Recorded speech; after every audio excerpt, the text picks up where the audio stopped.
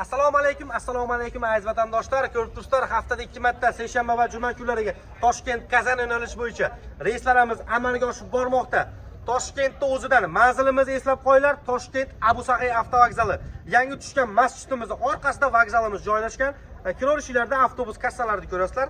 8-9 kassaga kelib, ekrondagi nomerlar bilan bog'lanib, messengerlarda bron qilib, pasportinglarni topshirib, to'lovinglarni topshirib, biletlarni xarid qilsanglar bo'ladi. Kutish zallarimiz ham mavjud, hech qanday tikka turib qolmaysizlar, sharoitlarimiz yaxshi. Avtobusimizga keladigan bo'lsak, 53 ta mesta, 53 ta mestadan oshiqcha odam chiqmaydi, hamma familiya, pasporti chiqadi. Oshiqcha odam olinmaydi.